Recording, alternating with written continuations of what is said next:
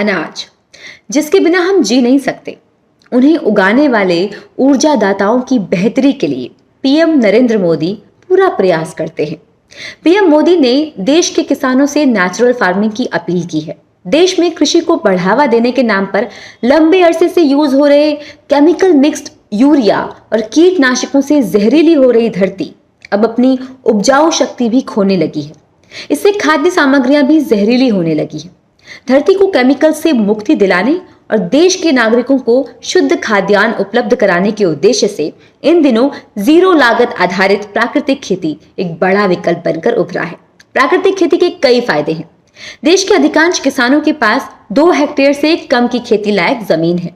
इनका काफी खर्च केमिकल्स की खरीद पर होता है। अगर वो प्राकृतिक खेती की तरफ मोड़ेंगे तो उनकी स्थिति बेहतर होगी। प्रधानमंत्री नरेंद्र मोदी ने भी देश में प्राकृतिक खेती को जन आंदोलन बनाए जाने की जरूरत बताई। दुनिया का बाजार ऐसे भारतीय प्राकृतिक उत्पादों का इंतजार कर रहा है।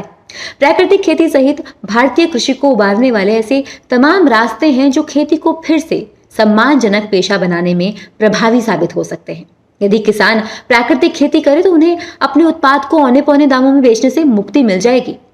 प्राकृतिक खेती सस्ती, सरल एवं ग्लोबल वार्मिंग का मुकाबला करने में सक्षम है। इस विधि से खेती करने वाले किसानों को बाजार से किसी प्रकार के उर्वरक और कीटनाशक खरीदने की जरूरत नहीं पड़ती है। भूमि के वातावरण से ही फसलों की आवश्यकताओं को पूरा किया जा सकता है। फसलों की सिंचाई के लिए पानी एवं बिजली भी कम खर्च होती है। कुल मिलाकर कहा जा सकता है कि प्राकृतिक खेती छोटे और सीमांत किसानों के लिए किसी वरदान से कम नहीं है। सच भी है, अगर हमें अपने परिवार समाज को स्वस्थ रखना है तो हमें प्राकृतिक खेती की ओर लौटना ही होगा।